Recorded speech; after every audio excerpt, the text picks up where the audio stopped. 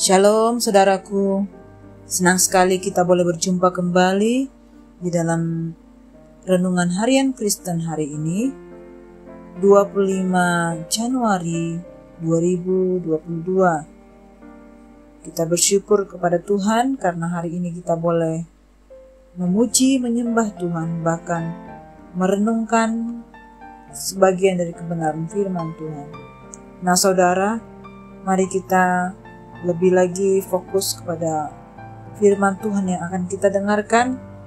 Kita semakin hari semakin kita bertumbuh di dalam pengetahuan tentang Yesus. Nah saudara, sebelum kita mulai untuk mendengar renungan hari ini, mari kita satukan hati untuk berdoa. Bapa kami yang di surga, sungguh kami bangga kepada Tuhan karena Engkau menuntun kami lebih lagi di dalam kehidupan kami. Tuhan Yesus, kami percaya kalau hari ini kami akan dipuaskan di dalam Engkau. Hari ini kami akan percaya setiap apa yang kami lakukan sungguh-sungguh berkenan di hadapan-Mu. Karena Engkaulah Tuhan yang menuntun setiap orang-orang untuk masuk di dalam kehendak-Mu, ya Tuhan. Terima kasih Bapa. Kami bersyukur juga Tuhan, kalau saat ini kami akan mendengarkan firman-Mu. Urapi kami, penuhi kami Tuhan, sehingga hikmat Allah, pengertian daripada Allah turun atas setiap kami, untuk kami mengerti firman-Mu lebih lagi. Terima kasih Tuhan, kami percaya bahwa Engkau sanggup untuk menolong setiap kami, hamba-hamba-Mu, umat-umat-Mu. Terima kasih Bapa, kami siapkan hati kami untuk menerima firman-Mu. Dalam nama Yesus kami berdoa, amin.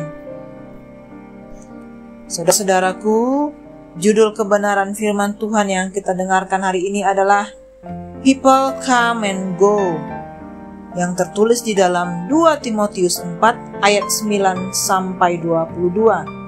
Namun saya akan membacakan mulai dari ayat yang ke-9, 10, 11, 14 dan 15. Pesan terakhir, berusahalah supaya segera datang kepadaku, karena Demas telah mencintai dunia ini dan meninggalkan aku. Ia telah berangkat ke Tesalonika, Kreskes, dan telah pergi ke Galatia, dan Titus ke Dalmatia. Hanya Lukas yang tinggal dengan aku. Jemputlah Markus dan bawalah ia kemari, karena pelayanannya penting bagiku. Alexander, tukang tembaga itu, telah banyak berbuat kejahatan terhadap aku. Tuhan akan membalasnya menurut perbuatannya. Hendaklah engkau juga waspada terhadap dia, karena dia sangat menentang ajaran kita. Saudara yang dikasihi oleh Tuhan, mungkin kita merasa khawatir ketika ada orang yang pergi meninggalkan kita di dalam pelayanan kita. Akan tetapi, dasarnya di dalam dunia pelayanan, orang-orang memang akan datang dan pergi. Surat Paulus kepada Timotius kali ini adalah ajakan agar Timotius segera datang datang menyusul Paulus. Hal ini karena orang-orang yang selama ini bersama Paulus telah pergi meninggalkannya. Ada yang pergi karena lebih memilih dunia seperti Demas. Ada pula yang pergi karena ada alasan pelayanan di tempat lain seperti Kreskes, Titus, dan Titikus. Paulus harus seorang diri menghadapi penentang seperti Alexander dan melakukan pembelaan bagi ajaran Injil.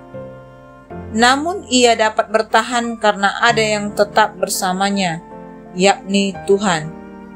Manusia datang dan pergi, tetapi dalam keadaan seperti itu, Tuhanlah yang terus mendampingi dan menguatkan Paulus, bahkan menyelamatkannya. Melayani Tuhan selalu berkaitan dengan partner, tetapi tidak ada yang mengetahui siapa partner yang akan kita dapatkan untuk pelayanan ke depan. Hal ini karena belum tentu orang yang ada bersama kita saat ini adalah orang yang dipilih Tuhan untuk melayaninya selamanya. Ada orang-orang yang memulai dengan baik, tetapi mengakhirinya dengan buruk. Ada pula yang memang karena ada pekerjaan Tuhan yang lain, ia harus meninggalkan kita. Jangan sampai hal ini memadamkan semangat pelayanan kita. Hal ini sangat mungkin terjadi karena apa yang terpenting bukan dengan siapa kita melayani, tetapi Tuhan yang kita layani. Sebagai sesama pelayan, kita mau bersinergi karena kita mencintai Tuhan dan mau melayaninya dalam bidang dan talenta yang telah diberikan Tuhan kepada setiap umat pilihannya. Dialah Tuhan yang tidak pernah meninggalkan para hamba-hambanya. Selain itu, Demas yang telah membelot serta meninggalkan Paulus bersama dengan orang-orang lain yang telah meninggalkan aku pada saat pembelaannya yang pertama di pengadilan. Semua ini dilengkapi dengan kehadiran Alexander yang banyak berbuat jahat. Karena itu Paulus berani meminta tolong, terutama kepada Timotius dan secara tidak langsung kepada Markus. Permintaan tolong ini merupakan pengakuan Paulus tentang ketidakberdayaan dirinya yang membutuhkan bantuan saudara-saudara yang lain. Berani mengakui kebutuhan penting dalam pertumbuhan iman. Kerendahan hati ini melahirkan pengakuan bahwa hanya Allah yang sanggup bertindak adil terhadap yang jahat dan yang sanggup mendampingi, menguatkan, dan menjagainya. Paulus, rasul yang dikenal tegar iman dan berkepribadian matang, bukanlah manusia super yang selain terus mengandalkan pertolongan dan pemeliharaan Allah, juga selalu dapat mengatasi permasalahannya sendiri. Paulus pun ternyata membutuhkan dukungan moral dari teman-temannya.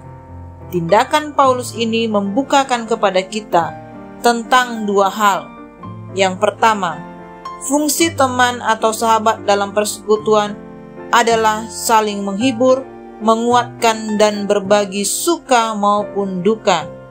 Yang kedua, hanya sahabat sejati yang memiliki kepekaan untuk bertindak memberikan pertolongan. Mari kita renungkan, kadang untuk mengakui kesulitan dalam pertumbuhan kerohanian kita berarti kesempatan untuk meminta tolong. Sebaliknya, sering keengganan kita untuk meminta tolong adalah awal dari keangkuhan dan kebebalan yang bermuara pada kejatuhan. Oleh karena itu, penting bagi kita menyadari bahwa kita tidak superior dan memang membutuhkan partner dalam pelayanan. Namun, jika partner tersebut telah meninggalkan kita, tidak perlu kecewa, karena masih ada Tuhan yang selalu bersama kita. Pada intinya, people come and go, namun Tuhan selalu bersama-sama dengan kita. Demikianlah renungan firman Tuhan. Saudara yang dikasihi oleh Tuhan, hari ini kita diingatkan bahwa kita perlu partner di dalam pelayanan. Tapi yang terpenting, apakah kita benar-benar memiliki Tuhan yang sepenuhnya bersama-sama dengan kita, sehingga partner yang kita miliki saling bersinergi, saling mendukung dengan kita untuk memperluas kerajaan Allah, bahkan menuntaskan amanat agung Tuhan. Nah, saudara yang dikasihi oleh Tuhan, mari kita renungkan firman Tuhan ini bersama-sama dan kita menyadari bahwa kita adalah manusia yang perlu Tuhan dan juga perlu sesama kita. Mari kita tutup di dalam doa. Bapa kami yang di surga, sungguh kami bersyukur kalau Tuhan mengingatkan kami terus akan kebenaran firman-Mu untuk kami boleh berubah. Kami percaya dimanapun saat ini kami yang mendengarkan firman-Mu, kami semakin diteguhkan, dikuatkan, dihibur, bahkan kami diubahkan di dalam Engkau. Paradigma kami semakin selaras dengan kehendak Kristus. Semakin kami serupa dengan Kristus. Ini yang kami rindukan Tuhan. Bahwa kami semakin mencintai Tuhan dan mencintai sesama kami. Terima kasih Bapa. Biarlah nama Yesus dipermuliakan. Dan kami percaya melalui firman yang sudah kami dengar, kami boleh berbuah-buah yang lebat. Terima kasih Bapa. Ini doa syukur kami. Hanya di dalam nama Tuhan Yesus kami berdoa. Amin. Semangat pagi dan semangat beraktivitas saudara. Tuhan Yesus memberkati.